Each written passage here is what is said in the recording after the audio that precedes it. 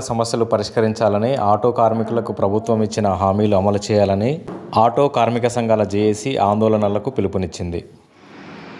Auto మరియు motor కార్మిక సంఘాల జేఏసీ లబ్ధిదారుల ఎంపిక లేకుండానే గ్రామ సభల నిర్వహణ ఒక ప్రసహనంగా మారిందన్నారు. నిర్ణయాలను, కొన్ని పోరాట రూపాలను ప్రకటించడం జరిగింది. ఎందుకు ఈ పోరాట రూపాలు అనుకున్నప్పుడు కాంగ్రెస్ పార్టీ ఎన్నికల ముందు ఇచ్చినటువంటి వాగ్దానాలు ఉన్నాయి. గత 10-15 సంవత్సరాలకు వెళ్ళి పెండింగ్లో ఉన్నటువంటి సమస్యలు ఉన్నాయి. ఈ అన్ని సమస్యలు కూడా పరిష్కారం చేస్తామని కాంగ్రెస్ పార్టీ ఎన్నికల ముందు చెప్పింది. సంవత్సర కాలం అవుతున్నటువంటి నేపథ్యంలో 2024 డిసెంబర్లో అనేక కార్యక్రమాలను కూడా మేము చేశాం. అంతిమంగా డిసెంబరు 20వ తేదీన చలో అసెంబ్లీ ముట్టడి కార్యక్రమాన్ని కూడా మేము చేపట్టాం. అయినప్పటికీ ప్రభుత్వం చాలా మొండిగా, నిరంకుశంగా, నిర్లక్ష్యంగా ఉన్నటువంటి నేపథ్యం కూడా ఉన్నది. మరి కాంగ్రెస్ పార్టీ ఎన్నికల్లో వాగ్దానాలు ఇచ్చినప్పుడు అమలు చేయకపోవటం ఏ మేరకు సమంజసమని మేము అడుగుతా ఉన్నాం. ఆటో కార్మిక సంఘాల జేఏసీ తోటి పొన్నం ప్రభాకర్ ట్రాన్స్పోర్ట్ మినిస్టర్ గారు మాట్లాడి, మీరు సమ్మెను విరమించండి, ఆందోళన కార్యక్రమాలు అవసరం లేదు, నేను వెంటనే అసెంబ్లీ సమావేశాలు అయిపోతున్నటువంటి నేపథ్యంలో మేము సెక్రటరియట్లో మీటింగ్ పెట్టి అన్ని సమస్యలు పరిష్కారం చేస్తామని చెప్పినటువంటి పొన్నం ప్రభాకర్ గారు మాట తప్పారు. అందుకని జనవరి మొత్తం కూడా మేము వెయిట్ చేశాం. సమస్యలు పరిష్కారం చేస్తాడేమని చెప్పి ఆశించాం. జనవరి కూడా పోయింది. ఈ ఫిబ్రవరి నెలలో ఇక కార్యాచరణ రూపొందించుకోవాలనేటువంటి దాని మీద మేము కార్యాచరణ రూపొందించుకున్నాం. అందులో భాగంగా రేపు 15వ తేదీన రాష్ట్ర వ్యాప్తంగా ట్రాన్స్పోర్ట్ మినిస్టర్ పొన్నం ప్రభాకర్ గారి దిష్టి బొమ్మలు దగ్ధం చేయాలనేటువంటిది మేము పిలుపునిచ్చాం.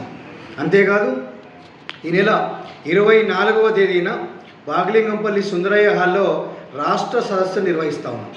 రాష్ట్ర వ్యాప్తంగా ఉన్నటువంటి కార్మికులని సమీకరించి అందులో వివిధ రాజకీయ పార్టీల అధ్యక్ష కార్యదర్శులను కూడా మేము పిలిచి వారి ముందు ఈ సమస్యలను కూడా మాట్లాడుకొని వాళ్ళ సహకారం తీసుకొని భవిష్యత్తు కార్యాచరణ కూడా మళ్ళీ ఆ రోజు ప్రకటించబోతున్నాం.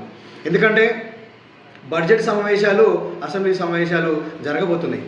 ఈ బడ్జెట్ సమావేశాల సందర్భంగా ప్రభుత్వం ఆలోచించి మోటార్ కార్మికులకు సంక్షేమ బోర్డు కానీ, వాళ్ళు ఇచ్చినట్టుగా సంవత్సరానికి 12,000 రూపాయలు కానీ, మహాలక్ష్మి పథకం ద్వారా బస్సు ఆర్టీసీలో మహిళలకు ఉచిత ప్రయాణం కల్పించడం మూలంగా ఆటో డ్రైవర్లు చాలా ఇబ్బందులు పడి ఆటో ప్యాసింజర్ లెక్కలేనటువంటి పరిస్థితులలో అనేక మంది ఆత్మహత్యలు చేసుకుంటున్నారు.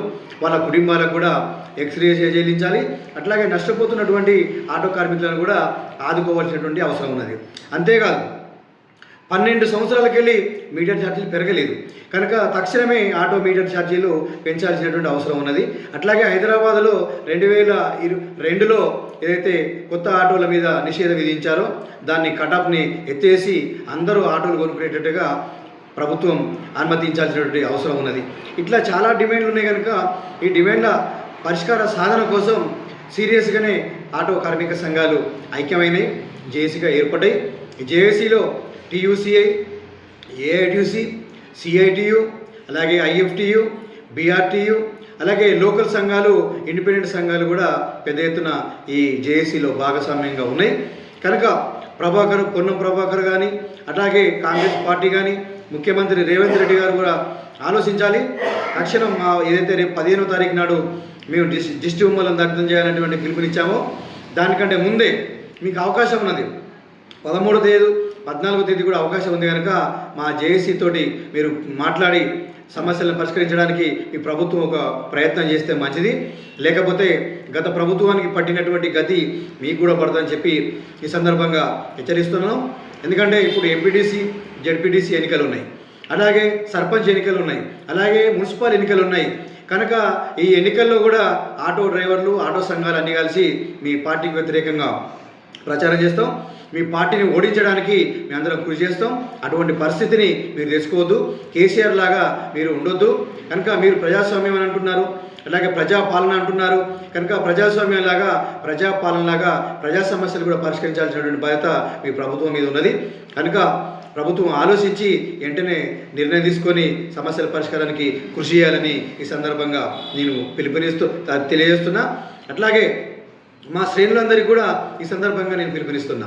15వ తారీఖు నాడు జరిగేటువంటి ఏదైతే దిష్టి బొమ్మల కార్యక్రమం ఉన్నదో రాష్ట్ర వ్యాప్తంగా ఎక్కడికక్కడ మీరందరూ కూడా ఆ కార్యక్రమాల దిష్టి బొమ్మల్ని దగ్ధం చేయాలని, 24వ తేదీన జరుగుతున్నటువంటి రాష్ట్ర సదస్సుకు రాష్ట్ర వ్యాప్తంగా హాజరు కావాలని ఈ సందర్భంగా మన యూనియన్ సభ్యులకు Telangana progressive auto and motor workers union రాష్ట్ర కమిటీ తరఫున అందరికీ నేను ధన్యవాదాలు తెలియజేస్తూ పిలుపునిస్తున్నాను.